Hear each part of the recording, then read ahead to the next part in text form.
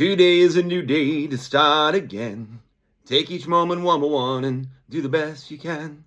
Yesterday doesn't matter, it only serves as a ladder. Tomorrow isn't guaranteed, so make your plans accordingly.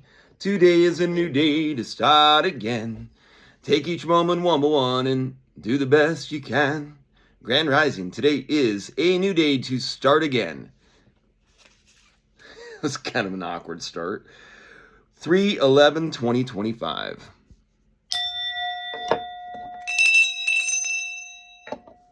So yesterday was pretty remarkable, so I want to set it up properly. When I found out the weather was breaking, I decided I wanted to play some golf.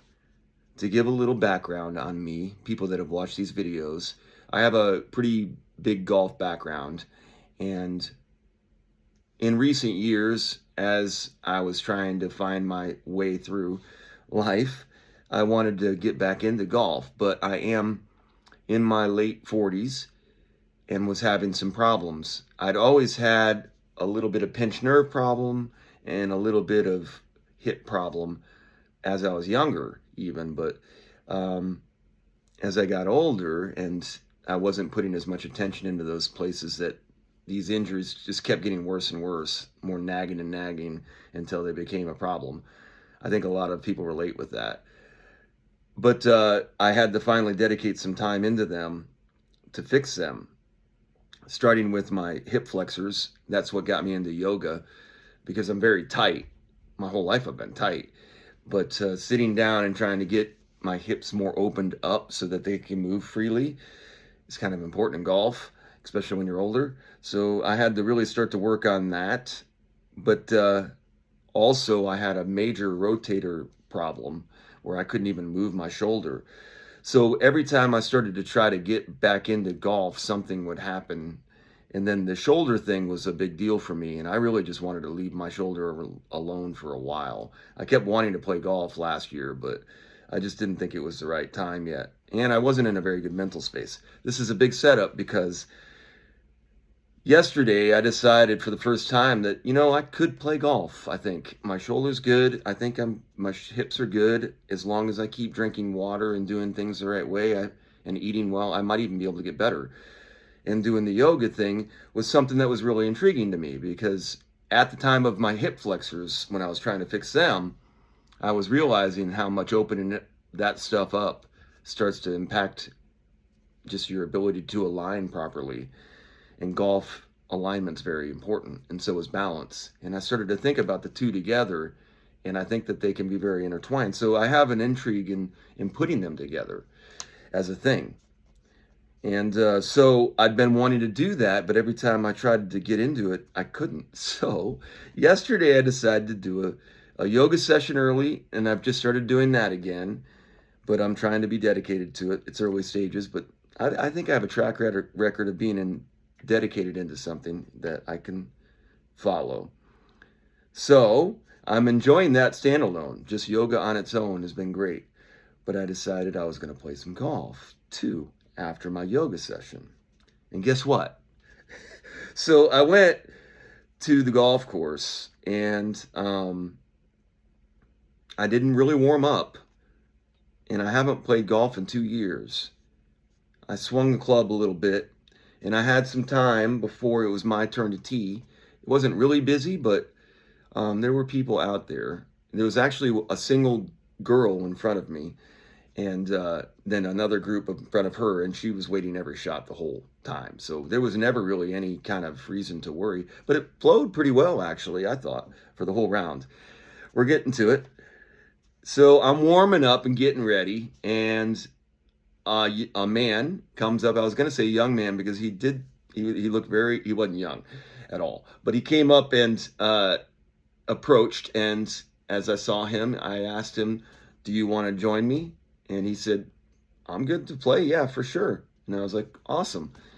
His name was Ken. He was not young. He was 71 years old. Actually, he said he was 72. This was my favorite part of the interaction, I think. We talked to each other for a second.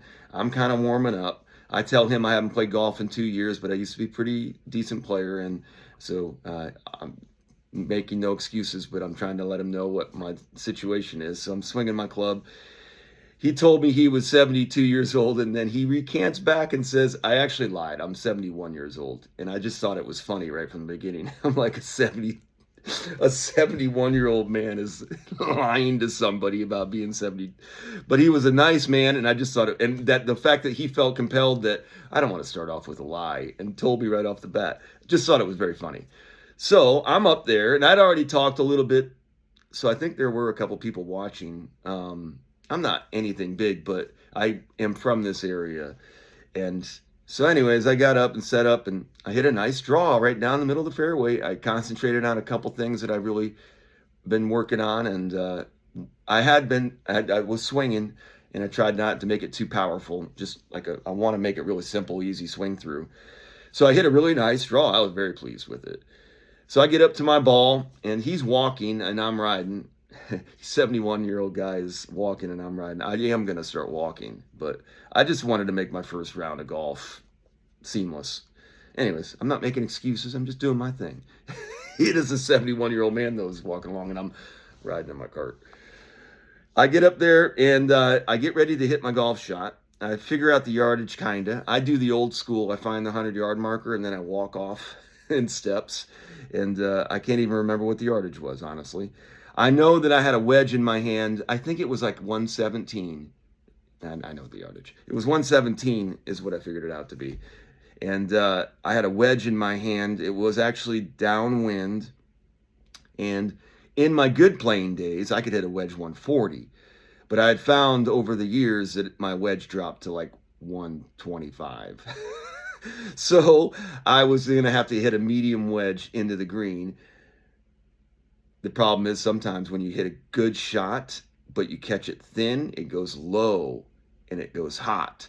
And that's kind of it was perfect line, but I hit it right on target, but it caught it a little thin. So I was a little worried it was going to go over. I saw it hit the green. It was going right at the pin. So then I walk up there, and the girl is still waiting there behind the tee on the next hole. And I come around looking, my ball wasn't on the green. I walked down to where she was, and I didn't make a big deal. Sometimes I'll pace around there for a while because I don't want to go look back in the hole because it's kind of cheesy to go up there and go, where is it? And then somebody finds it. No, dude, it's freaking over here by this rock. But so I look around for just a second, then I go, well, I guess I'll go check the hole. And I walk up there and bam, right in the hole. So I hit my first shot, my first real shot after my drive into the first hole after deciding to do this, and it went in the hole. So, I mean, I just was kind of stunned, and woo! Did a little bit of that, and old Ken, who's just met me, it was like, son of a bitch!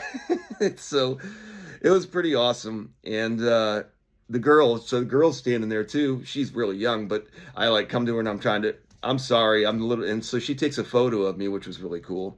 And then I got a big Facebook post that, of course, I had to announce on Facebook that I hit the ball in the hole on my first time I played golf in 2 years. Why would you not say that to people?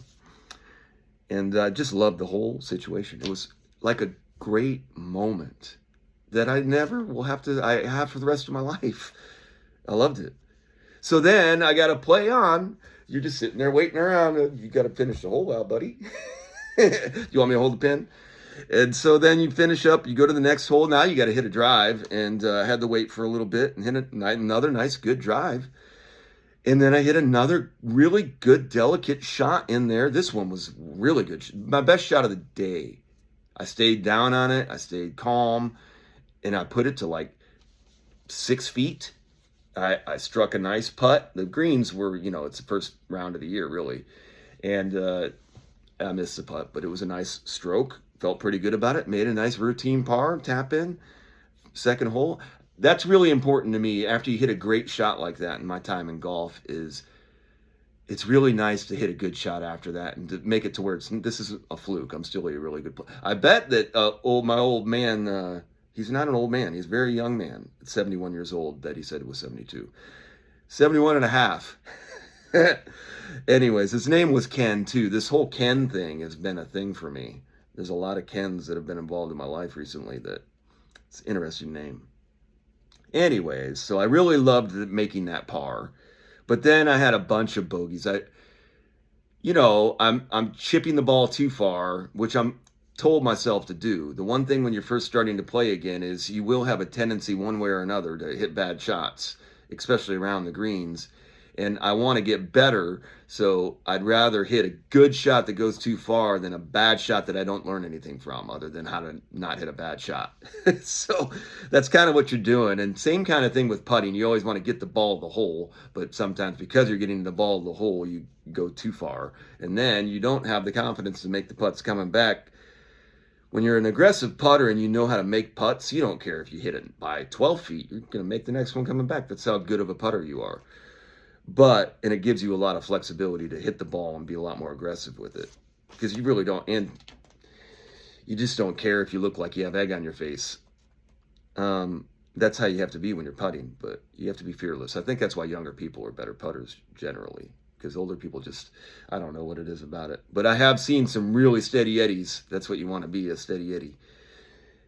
Where are we at? I've got cue cards now. So I only played 9 holes. I had that in my head. All of this stuff is still, I think it's strong enough. I've overkilled it. I have went long enough, way long enough. I could have probably started playing a long time ago, but I just kept it ready to go. I think what my realization is I have plenty of time.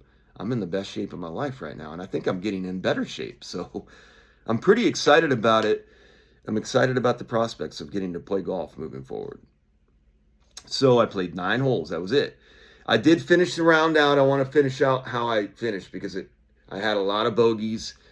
Like I said, I was chipping the ball too far. I was leaving myself longer putts coming back. I made, I think, another good bogey putt somewhere along the line. I did make a double bogey that came up and bit me, and that was from I had a good drive. I hit a really good second shot that I thought was money, but it was a club and a half to 2 clubs short. I didn't hit it power. It was just a good swing. It was a smoothie is what I would call it. But I was 2 clubs short. So I had to reassess that later. That's a bummer whenever you hit a really great golf shot and you watch the ball and it just drops like right on the hole, but way short. You're just like, and the people, oh, you thought you were big and strong, didn't you? I used to have a club that would have been long. So anyways, so I finished out and I was getting close to double bogey. I missed a bad putt, a short putt. So I think it was a 3 putt. It might have even been a 4 putt that I made the double bogey. I think it was a 4 putt double bogey. And then I'm kind of, and I'm doing math in my head. The one thing you want to do whenever you make a great shot, especially on the first hole that you play, you want to finish the round out at least. And I was getting to the point where I think at that point I was 3 over par. So I wanted to break 40 and it was a par 35. You want to at least break 40. So then I I had a putt to go into the last couple holes thinking that I'm going to be able to just par out and be okay and break 40. But then I miss another stinker like that short, and I fanned it with my right to left. I just pushed it. It was bad putt. And I felt really bad because it was a moment. And also, my boy, Ken, who was playing along and really had an enjoyable round of golf with him. And I knew he was a sneaky guy, and he didn't want to lose. And he was playing steady. He's a pretty good player just a pretty good player. I don't want to say his age. He was a good player. And he was sneaky, and he made his par. So I missed that putt. So we were now tied going into the last hole, and both of us needed to par 9 to make 39. He hit his shot right down the middle. His grandson comes up. He's already told me about his 2 grandsons, these up and young coming kids. So this young young man is standing there, and his dad tells him, or his grandpa tells him about the situation that we both, and now I'm standing up against this, and I'm like, I don't want to let him beat me. And I have a 3-wood in my hand, and I haven't hit a 3-wood in 2 years, and a 3-wood's a tough club to hit. So I asked the kid, I'm like, what would you hit here? And he goes, I would probably actually just hit an iron out in the middle there, short, and hope that I can get up and down. And I'm like, well, I got to hit my 3-wood. And I'm like, why wouldn't you hit your 3-wood there? And he goes, because I don't feel comfortable hitting a 3-wood. That's how hard it is to hit a 3-wood. So I get up there and I'm getting ready to hit it. And I did. Your big fear is that you fan it. You open it up and it goes way right because it's a smaller head. So I was trying to guard against that, but you also don't want to cook it left. So I'm trying to take the club through, and I do it pretty good, but a little bit out. And so it goes right. And in my younger days, I would have fanned it too much, but I hit enough of the club on the ball that it had some strength. And there's this big tree in front of the hole, and I got over the tree. So I had a pretty easy up and down situation. Not easy, but the best place really you want to miss to would be over there because it's above the hole, but in a little easier flat place. Anyways, so we both have up and down opportunities, and he hit a good shot, safe shot down where his grandson said he would hit the ball. And he got up and he's below the hole about a 7-foot putt. Not easy. This is very intense because I do not want to lose to this guy. I noticed I got all the way over there and I'm like, all right, I'm in pretty good. And he's got a putt. So I'm like, now, not only do I want to make par just because I want to shoot 39 instead of 40 and say I shot 39 after my deuce. It's way better than saying I shot 40 after my deuce. It's really more important than the deuce itself, honestly. And I haven't played much, but my short game's been getting better, and I've been paying attention because I was hitting it too hard with my shots. So this time I come in there and I'm ready to go, and I'd hit a good shot the last hole to approach in there. So I'm ready to do it again, and I'm going to make the putt this time because I missed it the last hole. I got it up there pretty good. I'm pretty happy with it, about 4 feet. I wanted it to be 2 feet. It would happen so much better, but now I got it. And then that son of a gun, Ken, he got up there, and before anything was ready to go, boom, knocked it right in the hole like it was nothing. And now I'm like, well, fuck. Now I have to make it. If I miss it, this is really bad. It's going to ruin the whole thing. So I dropped my stuff over on the side, and I literally did like a little Buddha moment of just like, let yourself go on this and allow the moment to take care of itself. Don't try to make this putt. Just let the putt happen. And then I set up over the putt. I got myself in a good foundation. I've been really working on, I used to slouch and I used to get like bent. So we're off the rails. Arnold Palmer and Jack Nicklaus almost would have a little slouch thing that they did, but they looked cool doing it, and I looked goofy. I figured out over the years. So I think I'm just better, just straight line shoulder, and it also makes sense, honestly, just to have that like that. So I got everything set. You don't want to be windy. You just want to be there and over, and you want your eyes over the ball. And it went in the hole. It wasn't even close. So just as long as you hit it in the center of the hole, it's pretty hard for it to go out. But if you leave it on the lips, it can go one way or the other. And it does sometimes just because of the way life goes. And sometimes you miss the hole completely. I don't know why I picked the phone up. Where were we going to go? I was going to take you somewhere. I think we're done. Did I finish it? Surely not. Where were we at? I went off the rails. Where are we at? So what I think is important after I made the putt, I just felt really good about the whole situation. So obviously, where am I at? I got a long way to go. I truly enjoyed the whole experience, but that did wear me out. Now I have this great story that I'm probably going to have to tell all the time. And that's going to be kind of a pain after a while if I don't enjoy telling it anymore. But I did enjoy the experience. And that's just something that's happened really recently. So then I have on here, since I've brought you this far, for any of my friends that think that I'm crazy but like my stories, one that you could look up is the Statue of Liberty. It's a big one. The Statue of Liberty and like the symbology of it really go deep into what a lot of people are saying the tie is to it, because there's a chain on her foot. And then there's another thing called the Little Season.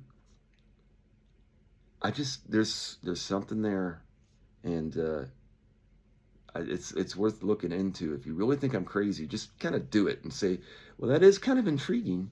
That would be funny. So my life basically writes itself. Like I knocked the ball in the hole. How about that?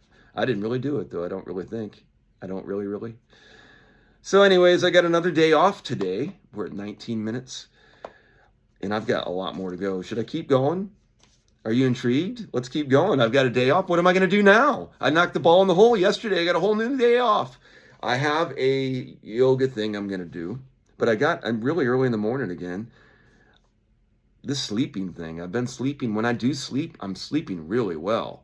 So I don't feel tired after I get up. It takes me a minute, but once I get up, I have been sleeping so much better. It's strange. But I really am not recording my dreams. And Bodhi has been very helpful in all of this. Like, she is so comforting. And that little purr of hers where sometimes when you're sleeping and you wake up and you got a little anxiety and then all of a sudden you got this, and you're like, oh, we're good. And then you go back to sleep again. It's kind of nice.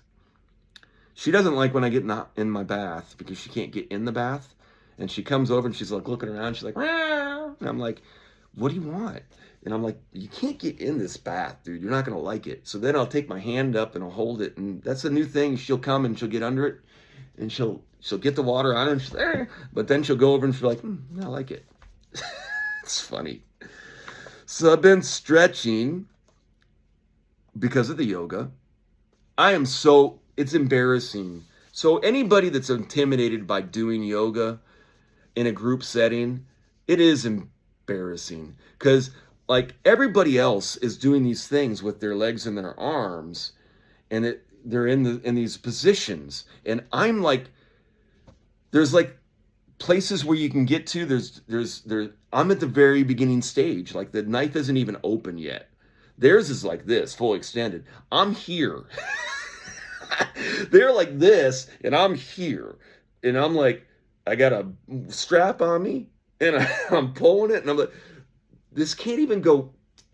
So it's embarrassing, because everybody else is very easy. You're just like, and you're just like, but everybody's really nice, and I'm just standing there, and I'm trying not to be frustrated because you're trying to do yoga. Yoga's supposed to make you feel good. So, and I'm in a particular one that is a slot where they do some pretty intense moves, but I'm going to get better as I go, and I'll find ways to not do the ones that I can't do, but I feel like it's going to get better over time. So I am just owning it and just trying not to be embarrassed by it and just be don't call. The last thing you want to do also is have everybody going and disrupt anybody. You don't want to. You're trying just to do your thing there to the best of your ability. That's in itself a big practice, and learning how to breathe and be in the anxiety of standing here like this while everybody else is fully extended, and you're looking around going, how the hell do you? There's no way. I can't even do this. So you're just trying to enjoy that part of it, but you know it is what it is. I enjoy it for some reason. So I have a nice day ahead of me. This one that I'm doing today is a much more Zen type of yoga, and so it's not as many difficult positions. So I'm looking forward to that. And then obviously I'm going to be playing some golf. I have it set for 18 holes. So that was my whole plan that's a new thing I do now is I make plans. I learned this from poker. If you have disciplined plans, you can partake in things that you know are dangerous, but you enjoy doing, but as long as you do it responsibly. So, golf is one of those for me, really, because I am an older person. I'm not older. Golf requires a lot of movements that are not normal movements. So it's going to take me time to get myself into a position where I will be able to. But as I do it more and more, like the yoga, I'll get better. And I think that as I put those two together, it's going to make for some great golf shots. And I think I might be able to teach it, which is what I really want to do. Because if I can help people learn how to do that, that's going to be fun for me. Because that's a way that I can help people. But it is an elitist game. I just don't know what I'm doing moving forward. And I don't want to put too much emphasis on it. But it is so remarkable that I've been like looking for a calling. And then I go to play golf for the first time in 2 years after all the struggle that I've went through to become a golfer again, to be able to do it. And I've been talking about this yoga thing. And then I hit the ball in the hole. And I didn't even know that I hit it in the hole because I go over the green, I walk back, and it's just a whole cool experience with the thing. I look, I got the ball, I looked down in the hole, I saw the ball, and it's a number 2 on the ball. I literally had the number 2 on purpose because it's a deuce, and it's a thing in my head that I've had. And so I look at the deuce, and I look up at the sun, and I look over at, I have witnesses now, and I look over at Ken, and I look back at this girl that also saw the whole thing happen so that I can just sit there and say, this actually did happen. And you're just like, it's really remarkable.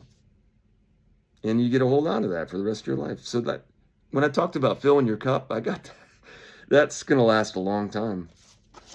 And it wasn't even that great of a moment. Can you imagine doing that, like in a situation where you make lifetime money that is like generational wealth, where your greatest of great grandchildren will never have to work again because you made so much damn money?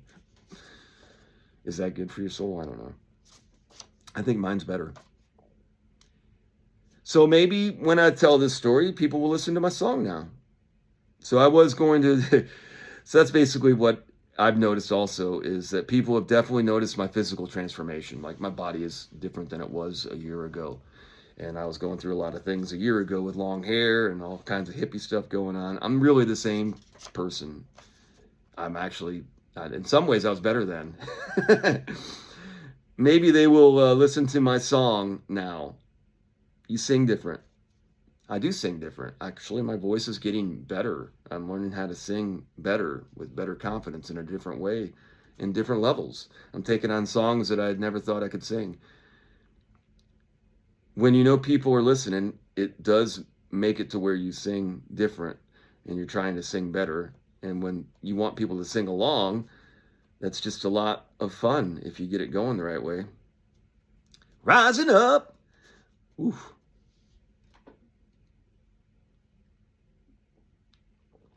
Bodie.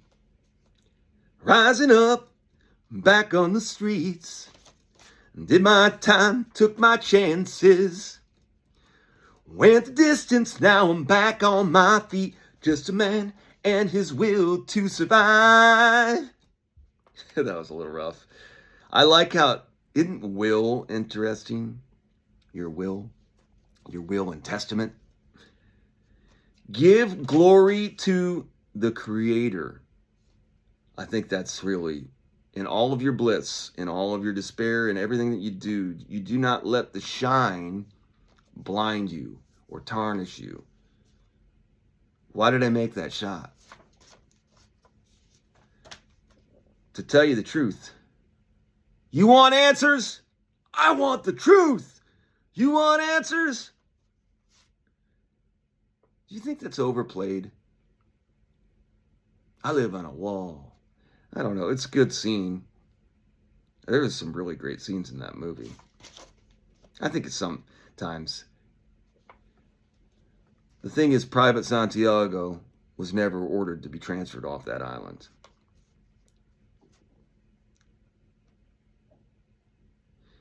I heard they, I don't know what I got wrote here. I'm sure that's nothing. Oh, they opened Gitmo again. Like Gitmo, that's in that movie. That's what I was talking about. That would have been better if I would have wrote that better. That's strange. I'm sure there's nothing involved with that. The Gitmo. It's not funny. MAGA is really pumped up. You got to be really careful around them too. The Bible and the guns in the hand. No, thank you. As a libertarian, I see headlines though. And I am, I never thought that I would see somebody tear down some of these things that I think need to be torn down. And I guess if there's somebody that can make it as painless as possible,